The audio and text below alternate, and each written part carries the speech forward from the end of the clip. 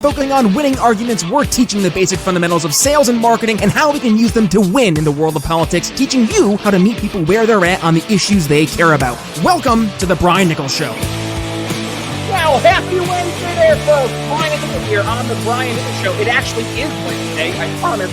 I know I started off yesterday's episode out completely all on the floor. I thought yesterday's episode was Wednesday. It's not. Today's Wednesday, but hey, no worries. I am still, in fact, your humble host, and today we're going to be talking about those young Americans for Liberty and their Revolution 2022. But first, we're going to go ahead and give a special shout out to today's sponsor. And at this point, you guys should know him and love him. Well, I certainly hope you guys love him. And let me pull it up here on the screen for you YouTube watcher. And that is, yes, the one, the only Mikkel Thorup from the Expat Money Show. Head over to briannicholsshow.com/expat. Why? Because you want to make sure you protect your money that you worked so gosh darn hard to earn from those ambulance chasing lawyers, nefarious creditors, and of course, the greedy, unjust governments that Dan Taylor from the Young Americans for Liberty is here to talk about today. But before we get there, our good friend Mikkel Thorup says he's there to help people just like you invest internationally, secure second passports and residencies, eliminate your tax bill, and take advantage of offshore structures so you can travel the world freely and never have to worry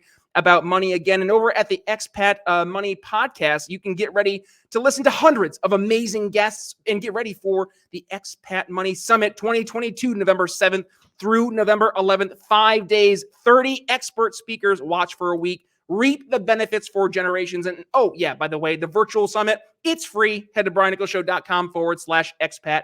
Get your tickets today. All right, folks, on to the episode today. I'm so excited for this guest because he's part of an amazing organization. They've been doing great stuff for years at this point, and they're born from the Ron Paul revolution, and they're making changes in the way that young folks approach the ideas of liberty. Dan Taylor from Young Americans for Liberty, welcome to the Brian Nichols Show. Hey, Brian, how's it going? It's going good, my man. How you doing? What's new in the world of Young Americans for Liberty? Oh, man, all sorts of stuff. I mean, I'll tell you what, 2022 is going to be a fantastic year. Just across the board, there's been victories for Operation Went the Door, left and right. We're coming up on completing our 4-year goal of electing 250 Ron Paul, liberty-oriented liberty legislators, which has been a 4-year goal here. So we got all sorts of bills being passed. One that I thought might be interesting is talking about some federal nullification bills that have been worked on, such as federal nullification of any federal gun regulations in New Hampshire, which is awesome. We're taking back states' rights, and we're making a few bastions of liberty in the state legislature. So pretty excited about all that. Making liberty win, my man. I love to see it, and I love Yes, what you guys are doing down in Florida this year. Now, let's rewind for the folks who've been here for a while on the Brian Nichols Show. They remember last year I was supposed to head down to Rev 2022 in Orlando, and of course I got stuck in. There was a whole snafu back. I think it was right there. End of last year with Spirit Airlines, right? They had they said it was, all this weather issues. We all know what was happening behind the scenes, all the pandemic nonsense. But ended up, I was one of the ones stuck there in the whole kerfuffle. I did not make it down to Young Americans for Liberty Rev 2022 or 2021. That is back last year. So our good friend Chris Goizetta, he was there in my place with the Brian Nichols Show on full display. We were talking to folks about how to sell liberty, my ebook. We were giving out free copies left and right there. And hey, looking forward to this year because I'll be joining you guys down there in Orlando. Fingers crossed, no issues with flights this time. But Dan, talk to us. Revolution 2022, it's right around the corner. What is it? Why should folks care about what these Young Americans for Liberty are doing down in Florida? Yeah, well, I mean, it's going to be our opportunity to get all of these young Liberty Ron Paulers together, celebrate the victories we've had, and prepare for the general election moving forward, get trained on how to be effective in Liberty and making Liberty win. And on top of that, we're going to have all sorts of speakers: Dave Smith, Larry Reed, Corey DeAngelis, Ron Paul, Zuby, AK Guy, Brandon Herrera. Even some of the podcast crew. You're going to be there: Clint Russell, Mark Clare, Reed Coverdale.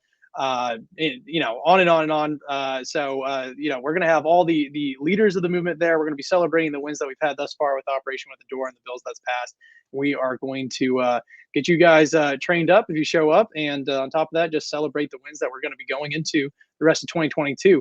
I'll tell you what, 2022 is going to be a bigger year for Liberty than 2012 with Ron Paul. I really feel the energy is coming back like the mighty oak. I think the seeds of the Ron Paul movement has finally started to sprout and spread its wings. Whew, that's some pretty declarative language there, Dan. You think it's going to be more strong in terms of the actual Liberty turnout than 2012?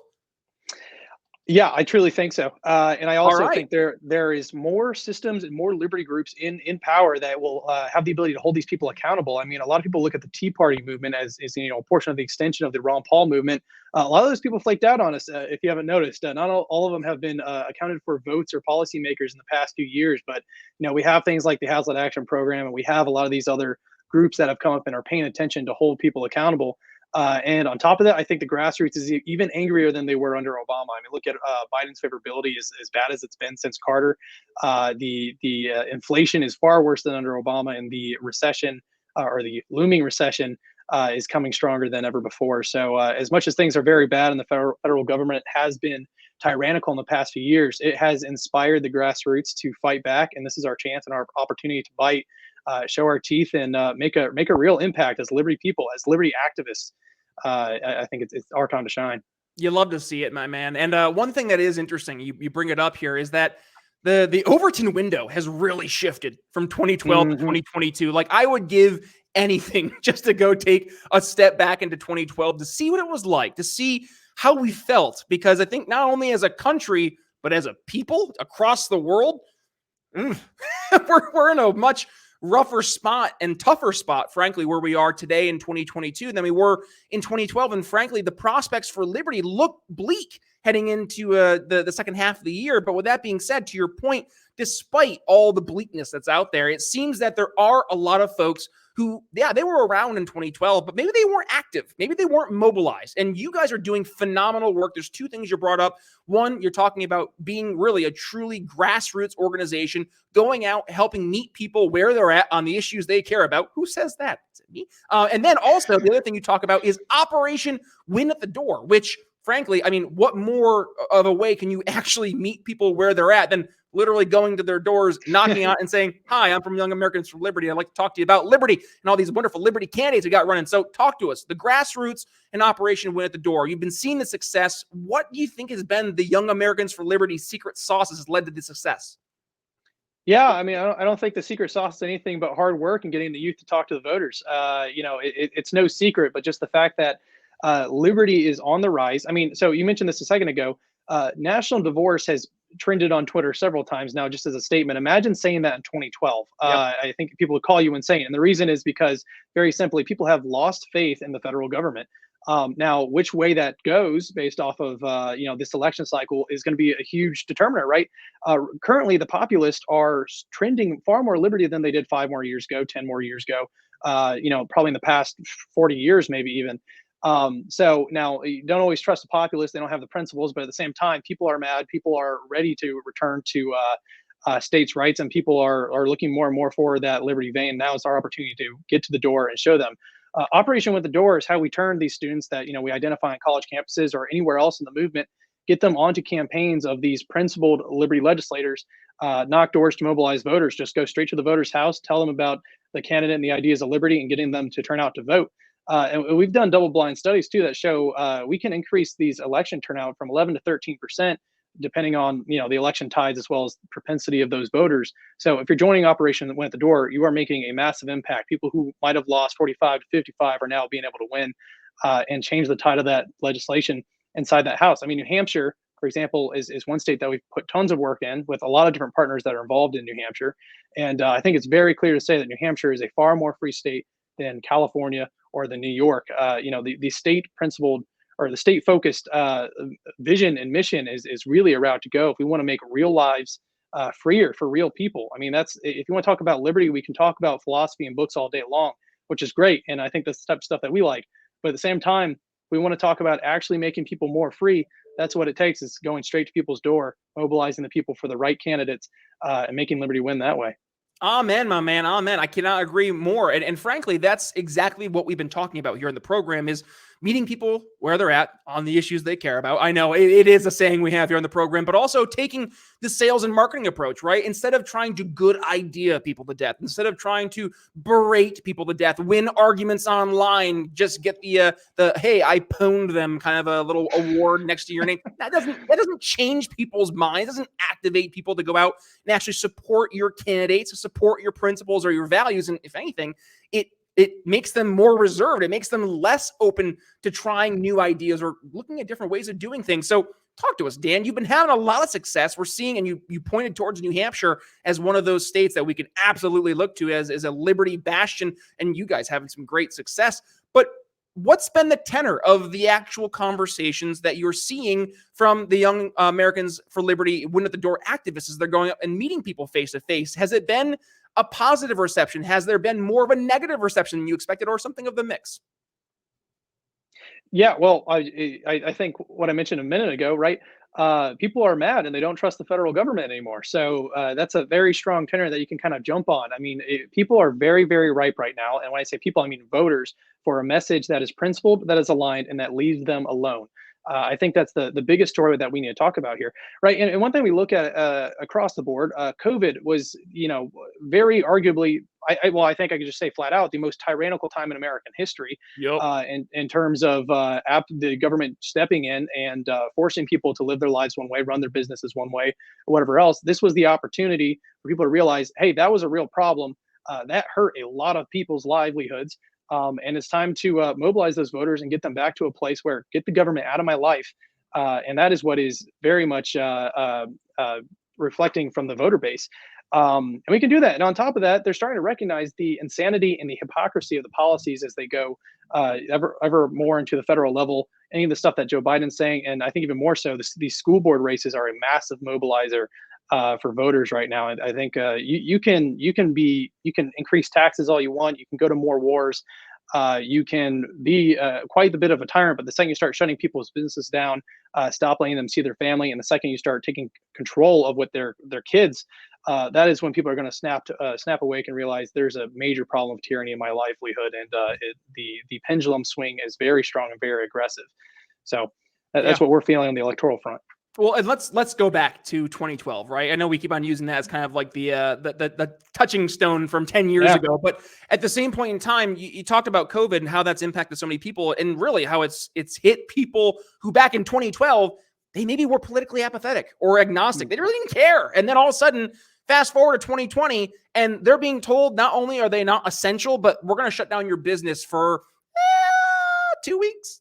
3 weeks, 2 months, 2 years. I don't know. We'll see. We'll get back to you. And yet that person who is now obviously pissed and they've been activated, they're being called by a lot of the folks in the establishment, or, the I don't want to say just pejorative leftism, but the more establishment leftist progressive approach we've seen to government over the past really 2 years in the COVID regime. They look at those people who 10 years ago would just been your normal, sane, rational person questioning this as the enemy. And there's a big group of people who they have been now labeled as the enemy, which they were like, I didn't even want to play this stupid game. I was just trying to run my business, and now you're pulling me into this. I think there's a huge market there, Dan. I know I'm seeing it. I'm having the conversations with business owners and entrepreneurs. They're appreciating that people are standing up and fighting back, but also we're seeing people move with their feet. And I was wondering if you've seen this as well over the past few years. If that's changed any of the conversations that you're having internally, is as people are moving from these different respective areas. I went from Philadelphia, PA. I'm out here now in Indiana, and I'm not unique in that circumstance, but are you seeing more races that maybe were traditional, like, that'd be a nice to have race, but all of a sudden with the influx of more liberty oriented voters, putting more races into actual contestable territory where we might have pro liberty candidates actually standing a chance where they might not have otherwise in the past? Yeah. So think about it this way. There was not a single district in Virginia and New Jersey in 2021, or that Biden did not win by 10 points or less in 2020, that did not go Republican in 2021. Does that make sense? So it's essentially a 10-point swing across the nation. Now, Roe versus Wade will mobilize some left-wing voters, so you can't count on that swing. And obviously, there's all sorts of other issues that change things, and Virginia and New Jersey is a different electoral thing. But as a bellwether, we are seeing that it's going to be a very strong year for Republicans. Now, I'm not a Republican. I don't call myself a Republican. I think it's foolish to call yourself a member or a staunch loyalist to any party. But at the same time, I think that recognizes that there is an anti-establishment grassroots message that is clicking, just like it did 2010, 2012 in terms of the Tea Party movement. But now we are coming right off the most tyrannical stage in America's entire history. So now is our opportunity to attack hard, hit those business owners, like you mentioned, hit the people who are being hurt by inflation like crazy, and get them back on track of, okay, the government has clearly failed. people already recognize the federal government has failed. I mean, if you thought Congress rates could get even lower in terms of approval, well, they did. They dropped almost like 5 points recently based off some polls. And then now look at Biden's approval rating as well. There's no federal, even the Supreme Court. A lot of us, I think Liberty folks in the past couple decisions have liked a lot of the Supreme Court decisions. Still, no branch of the federal government is well perceived right now. And it's a really great opportunity for us to run candidates and run a principled message. When people are so strongly disenfranchised with the system, is the opportunity to run these grassroots anti-establishment people. That is the Liberty message of principle. They realize the hypocrisy, they realize the issues, and they realize the failure. I mean, just look at their savings account; it's dwindling, and they don't even recognize the value that's being dwindled from the future inflation that will be caused as they keep those dollars in there. And on top of that, their stocks will be dropping as well. So the everyday American is feeling hurt and they're feeling pain, and they know it's from the government. And now it's our opportunity to give them that principle message that there is a better way. That way is liberty. That way is free choice. That way is voluntary action. I've always appreciated what you guys do because you approach things much through that lens of talking to the average person. My audience, that I'm sure, Dan, they must be tired of hearing it at this point in time. I always say, to your average person, and they're like, yeah, but are we speaking to your average person? And I say, yes, we are, because for so long, your average person has been taken out of the conversation. They have been ignored. And going back again to 2012, the average person was likely politically apathetic. They weren't really involved. And now the average person has been impacted by government, whether they like it or not. One of the oldest sayings I had here on the program when we started way back in 2018 was, well, yeah, it's great. You don't want to get involved with government, but government's going to get involved with you, whether you like it or not. So now we're seeing people who maybe they were, back to the point, being apathetic or agnostic to the political process. They're looking at politics now and getting involved as a means of self-defense. Like, listen, I don't want to use government to force my ideas, my values on my neighbor, but I know for a fact that my more progressive leftist friends, or even my more, status quo friends, they're more than happy to use government to push their values and their views on me. So at the very least, I'm going to use my vote to play defense. I'm going to be Aaron Donald for the Rams. I'm going to make sure I'm playing defense here. And I'm not going to allow this opposing team to advance the ball any further. I'm going to try maybe get a couple sacks here and there and move things back a little bit to back towards neutral ground. And we've seen, especially the conversation, we see this with the Roe v. Wade topic taking place right now, is that a lot of our friends who were more in the pro-choice camp, they're looking at this as an attack, a taking away of rights. Whereas what this is doing is it's actually moving the conversation back to where it originally was, and frankly, where it should have originally stayed, being that abortion, frankly, should be an issue not determined by the federal government, but by the individual states. If you want to take it a step further, by the localities. You want to take it a step further, by the individual communities. Like, let's bring it down to its micro self. But at the same point in time, it takes steps. And we take steps by getting people who maybe they weren't interested in politics to all of a sudden hear, hey, there's a little Young Americans for Liberty person out front the door, and they're telling me I should be interested in this race. I haven't really cared about politics, but you know what?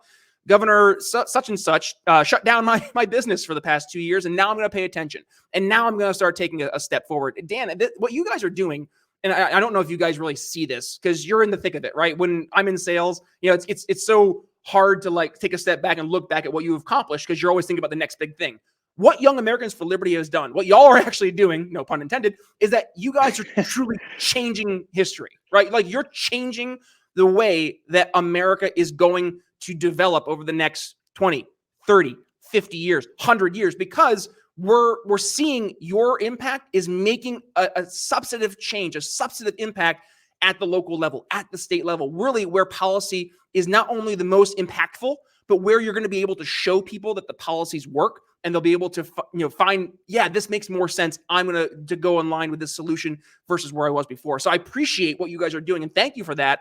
And let's talk about this. Like going forward, people listening to this program, I'm sure that they are like, wow, Young Americans for Liberty. If I haven't heard of this, I'm jacked up now. So let's give them that call to action. What can folks do to either join Young Americans for Liberty, join a chapter? If they want, obviously go to Rev 2022. And then if they want to support you guys financially, I know the dollar bills don't hurt. So talk to us about that, where folks can support Young Americans for Liberty. Yeah, I mean, first of all, thanks, man. That's a huge compliment. I definitely feel like it's one of those things. For a minute, the past few years, it's kind of been like, we have this plan. It feels a little bit like the crazy kid running around, saying like, we have a great plan, we have it.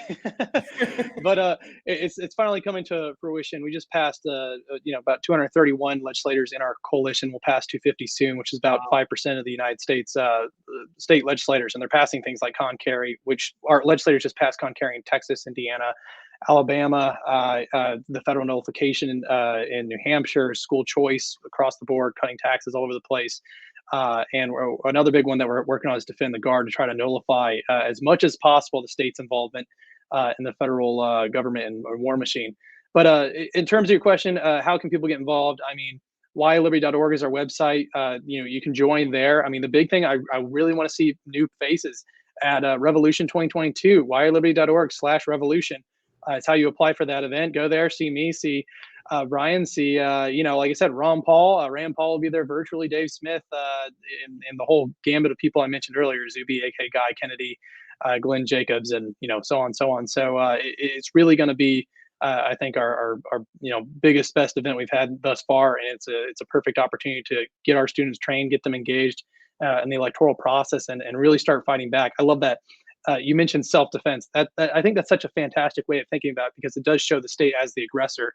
The founders never expected a perfect system that would keep liberty forever. The idea was that you had to have people who believed in a culture that does believe in liberty, actively engaging in the electoral process to keep the system on track.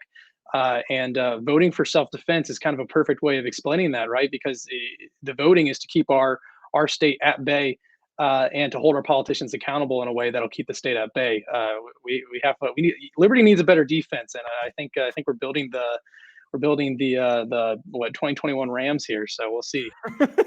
Yeah, well, let's see. You guys can be Aaron Donald, and then if we can get a Matthew Stafford to start playing some offense, which I'm pretty excited, my friend. I'm seeing we look at the Liberty movement right now. We got a lot of great folks out there who are ready to play some offense. We've for so long, and we'll wrap here, because I've talked about it in the show, when you're explaining, you're losing. I said that on Tim Pool's show when I was on his podcast, speaking to his audience. I've said it all across the past 4 years. When you're explaining, you're losing. And what we've got to stop doing is explaining away what we believe. Like, okay, well, here's the position that the progressive left argues, or here's the position that the government's arguing, and we're just going to explain why they're wrong. No, just start making declarative statements. Start being confident and play offense. Say, no, we're not even going to meet you on that playing field. We're going to set our own playing field, and that's what you guys not only have been doing, but we're going to continue to do as you bring in more voices, more young leaders, and of course, more stellar candidates you guys are supporting both at the local and state level, making real liberty wins happen. That's what we like to see. And my goodness, Dan, I'm so excited to see where we're going to be heading here for Young Americans for Liberty into the future. With that being said, folks, if you enjoyed the episode today, well, I'm going to ask you to do me two things. I usually ask you to do one thing, and that's go ahead and share the episode. When you do, tag yours truly at B. Nichols Liberty and tag Dan and Young Americans for Liberty. But also, number two, this is an organization that needs your help financially. So at the top of their page, you can go ahead and invest, donate, whatever you want to do, your hard-earned dollars to Young Americans for Liberty to help them continue fighting the good fight, making liberty win. I will be seeing you down there at Revolution 2022. Dan, I'm so excited to be hanging out with you guys. And also, folks, I'm excited to meet you. So please be sure to stop by, hang out. We'll go ahead and talk about why we need to meet people where they're at and the issues they care about. If you want a free ebook, I'll go ahead and have that as well, and maybe some bumper stickers. Who knows? But with that being said, Dan, thank you for everything you guys are doing. And I'm so excited to be able to help make liberty win as we move forward to Revolution 2022. Final thoughts for the audience today? Well, I lost your mic, so I'm kind of for the past minute or so, but I'm hoping it was recorded.